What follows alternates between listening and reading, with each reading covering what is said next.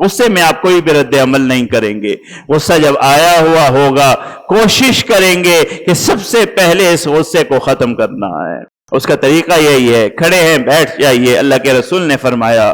بیٹھے ہوئے بھی غصہ نہیں ختم ہو رہا، لیٹ جائیے، اللہ کے رسول نے فرمایا. پھر بھی غصہ نہیں ختم ہو رہا، وہ مجلس چھوڑ دیجئے. گھر میں غصہ ہے باہر نکل جائیے، باہر غصہ ہے گھر چلے جائیے. پھر بھی غصہ نہیں ختم ہو رہا، وضو کیجئے اور پھر 2 رکعت نماز پڑھیے.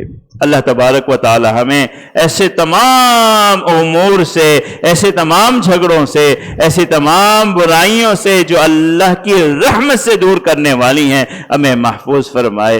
حضرت وائل رضی اللہ تعالیٰ عنہ فرماتے ہیں، ہم موجود تھے حضرت عروہ کے پاس. انہیں کسی بات پہ غصہ آ گیا.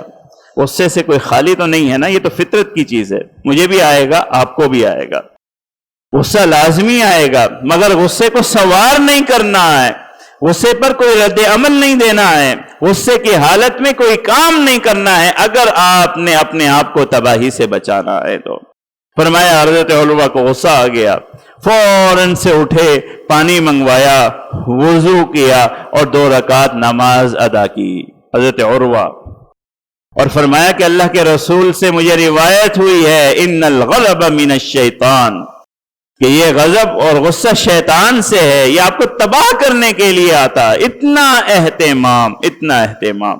اللہ کے رسول صلی اللہ علیہ وسلم نے اسے کنٹرول کرنے کے طریقے بھی بتلائے ہیں، تفصیلی بتلائے ہیں، حدیث مبارکہ ہیں اس کے بارے میں. فرمایا کہ تم میں سے جب کسی کو غصہ آئے، اگر وہ کھڑا ہو بیٹھ جائے. یاد رکھیے، ایک چیز یاد رکھ لیجئے، غصے کے عالم میں آپ نے رد عمل نہیں دینا ہے، آپ نے کوئی کام نہیں کرنا، کوئی کام نہیں کرنا. اللہ کے رسول صلی اللہ علیہ وسلم نے فرمایا کہ کون پہلوان ہے؟ صحابہ نے جواب دیا اللہ کے رسول جانتے ہیں. فرمایا الذی یملک نفسہ عند الغضب، پہلوان وہ ہے، بہادر وہ ہے، کامیاب وہ ہے جو غصے کے وقت میں اپنے نفس کو قابو کرنا جانتا ہے، روک لینا جانتا ہے. آپ یہ آج سے تہیہ کر لیجئے کہ غصے کے عالم میں کوئی رد عمل نہیں دیں گے، اپنے آپ کو روک کے رکھیں گے، نہ کسی کو گالی دیں گے، نہ کسی کو جواب دیں گے، نہ کوئی قدم اٹھائیں گے. کیا کریں گے؟ کھڑے ہیں تو بیٹھ جائیں گے.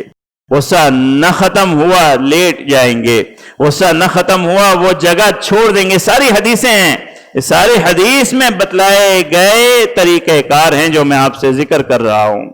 آپ کو غصہ آ رہا ہے، نہیں کنٹرول ہو رہا، جگہ چھوڑ دیجئے، دوسری جگہ چلے جائیے. غصہ نہیں کنٹرول ہو رہا، وضو کر لیجئے، حدیث مبارکہ میں ہے، نماز پڑھ لیجئے.